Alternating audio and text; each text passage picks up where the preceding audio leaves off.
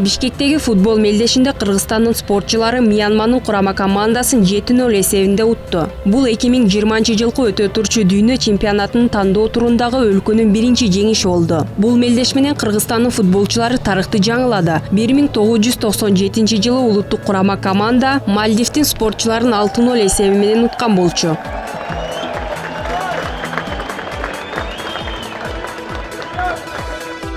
Оюндун алгачкы 4-мүнөтүндө Кыргызстан курама командасынын оюнчусу Эдгард Бернхард алгачкы упайды камсыздап гол киргизди. 10-мүнөттө футболчу кайрадан эсеп санын 1 упайга көбөйтүүгө үлгүрдү. Ал эми беттештин 20-мүнөтүндө болсо Кыргызстандык оюнчу Алимардан Шүкүров 3-чү голду камсыздады. 4-топту 26-мүнөттө Гүлжигит Алымкулов атаандаштарынын дарбазасына тепти.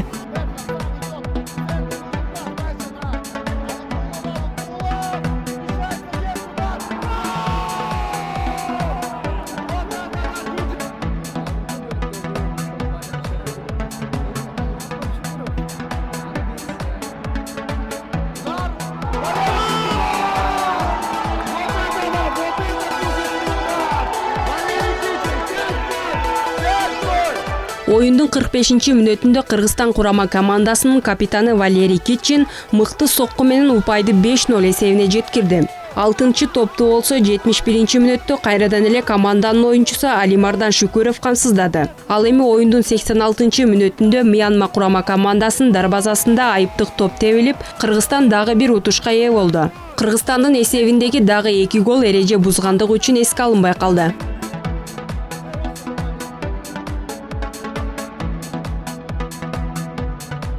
Кыргызстандын футболчулары тарыхты жаңылады. 1997-жылы улуттук курама команда Мальдивдин спортчуларын 6-0 эсеби менен жеңген эле. Белгилей кетсек, бул оюн 2022-жылкы дүйнө чемпионаты жана 2023-жылкы Азия кубогунун тандоо турунун алкагында өткөрүлүп жатат. Кыргызстандын курама командасы F тайпасына туш келип, Жапония, Тажикстан, Мьянма жана Монголия менен ойной турган болгон.